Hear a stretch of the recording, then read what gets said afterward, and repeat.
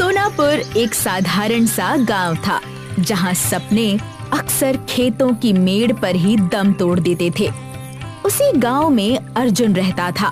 वो जवान और मेहनती था और अपनी बूढ़ी माँ आरती के साथ एक छोटी सी झोपड़ी में रहता था। गांव के चौराहे पर लगे वड़ा पाव के ठेले से ही उसका गुजारा चलता था। ठेला छोटा था, लेकिन अर्जुन की आंखों में सपने बहुत बड़े थे। एक शाम अर्जुन ठेला समेटकर घर लौटा। उसके चेहरे पर अजीब सी चमक थी। माँ, एक बहुत अच्छी खबर है जिसे सुनकर तुम खुश हो जाओगी। तब तो मुझे तुरंत सुना। कितने समय से कोई अच्छी खबर नहीं सुनी है। मैं तो तरस गई हूँ। माँ, मुझे शहर के Shri Ram college of architecture में एडमिशन मिल गया है। मैंने बिल्डिंग डिजाइन का फॉर्म भरा था और मैं सिलेक्ट हो गया हूँ। ये सुनकर आरती की आंखें भर आईं। काश तेरे पिताजी आज जिंदा होते तो कितने खुश होते। अर्जुन की आंखों में भी आंसू आ गए। जब तू घर बनाना सीखेगा ना बेटा, तो ऐसा घर बनाना जो लोगों की जिंदगी बदल दे। हाँ माँ, मैं बहुत ही अच्छा घर बनाऊंगा। अचानक अर्जुन के चेहरे से खुशी गायब हो गई। क्या हुआ बेटा, तू अचानक उदास क्यों हो गया? माँ, मुझे सिलेक्ट हो जाने की खुशी तो है, लेकिन साथ में ही कॉलेज की फीस की चिंता भी है। अरे, इसकी चिंता क्यों करता है? तेरी माँ अभी जिंदा है, तो फीस की बिल्कुल चिंता मत कर। अगले दिन आरती गांव के जमींदार की हवेली पहुंची। अरे आरती, आज मेरी हवेली में सब ठीक तो है? मेरा बेटा पढ़ना चाहता है। आप जानते हैं, वो कागज पर बहुत सुंदर सुंदर नक्शे बनाता है।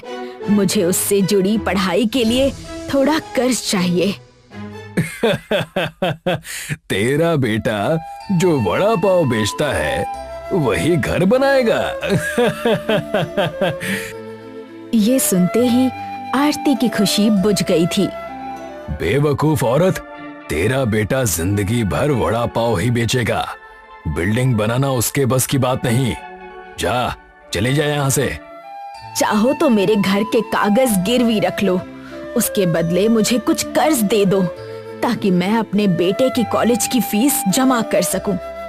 जमींदार का चेहरा सख्त हो गया। रहने दे, तेरा घर भी तेरे हाथ से चला जाएगा।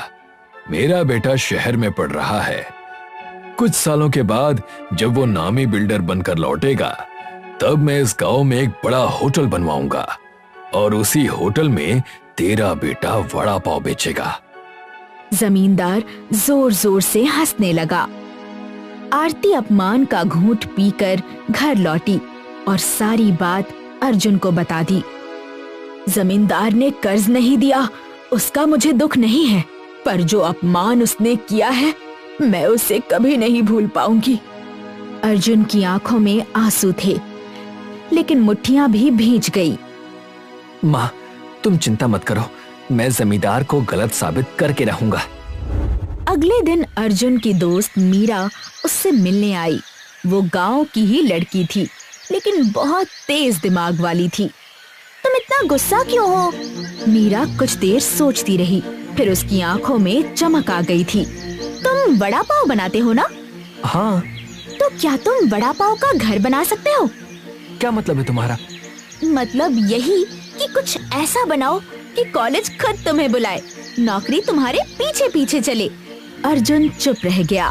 उस रात वो देर तक सो नहीं पाया था।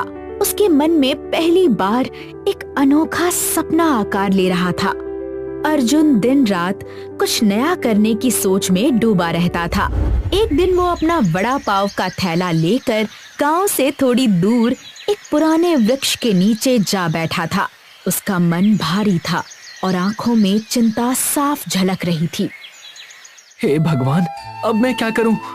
अगर कॉलेज की फीस जमा नहीं हुई तो मैं आगे की पढ़ाई नहीं कर पाऊंगा। मेरा सपना अधूरा रह जाएगा और जमींदार को फिर से मजाक उड़ाने का मौका मिल जाएगा। तभी वहाँ एक भिखारी आ पहुँचा।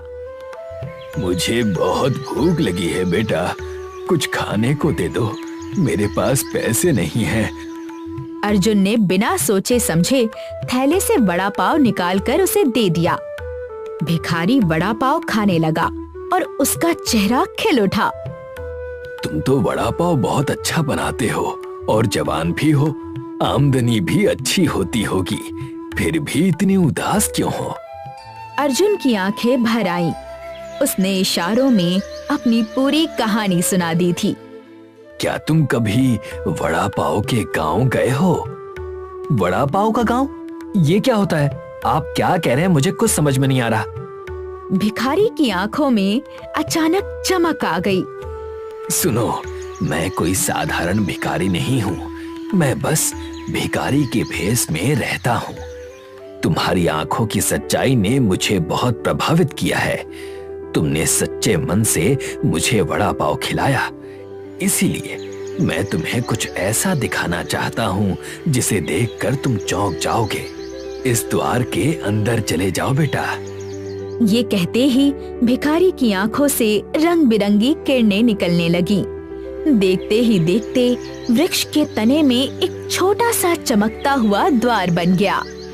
आप आखिर हैं कौन? कुछ देर बाद तुम्हें खुद पता चल जाएगा। भिखारी ने अर्जुन का हाथ पकड़ा और उसे द्वार के भीतर ले गया। अगले ही पल अर्जुन ने खुद को एक बेहद सुंदर और अनोखे गांव में पाया। भिखारी अब एक सुंदर युवक में बदल चुका था। ये क्या? बाहर आप भिखारी थे और यहाँ आप एक सुंदर युवक बन गए? हम तुम्हारी दुनिया में भिखारी या किसी और का रूप धारण करते हैं। तुम्हारा वड़ा पाव मुझे अपनी दुनिया जैसा लगा। तुम्हारी मुसीबत सुनकर मुझे लगा कि तुम कुछ अलग कर सकते हो। क्या ये गांव उसी पेड़ के अंदर है?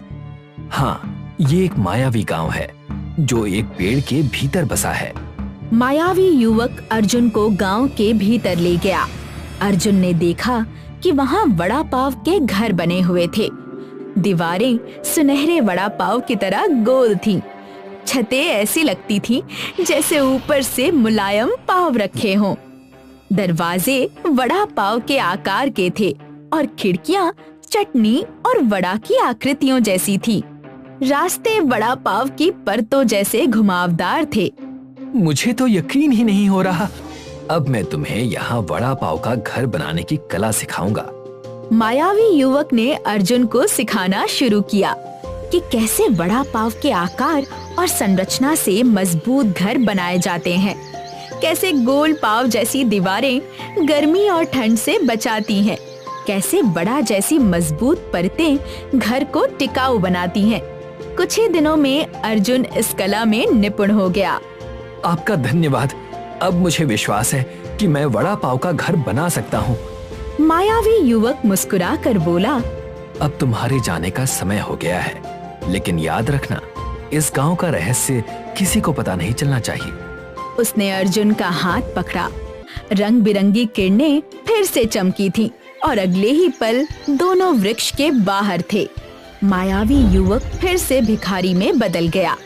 वो मुस्कुराया और बिना कुछ कहे वहां से चला गया। अर्जुन उसी वृक्ष के नीचे खड़ा रह गया था, लेकिन अब उसकी आंखों में निराशा नहीं, एक नई रोशनी थी।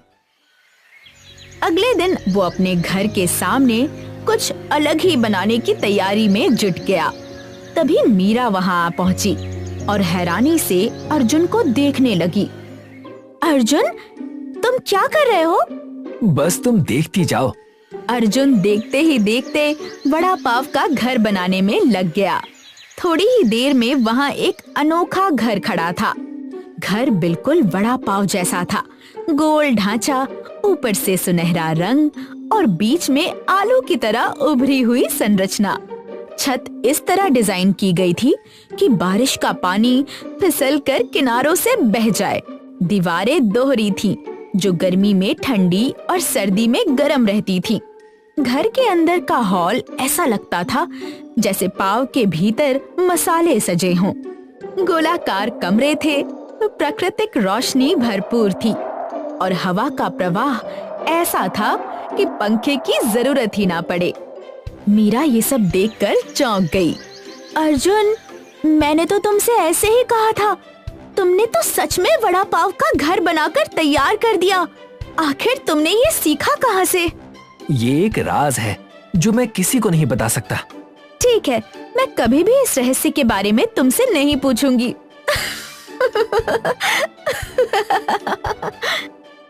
मीरा ने उस घर की तस्वीरें ली और फेसबुक पर डाल दी। देखते ही देखते बड़ा पाव का घर वायरल हो गया। आर्किटेक्चर कॉलेजों के मेल आने लगे, डिजाइन संस्थानों के कॉल आने लगे, नौकरी के ऑफर्स भी मिलने लगे। कुछ महीनों बाद जमींदार उनके दरवाजे पर खड़ा था। मुझसे गलती हो गई, जो मैंने तेरे बेटे को कम आंका, मुझे माफ कर देना। जमींदार ने आरती और अर्जुन से माफी मांगी। सोच बड़ी हो तो इंसान कुछ भी कर सकता है।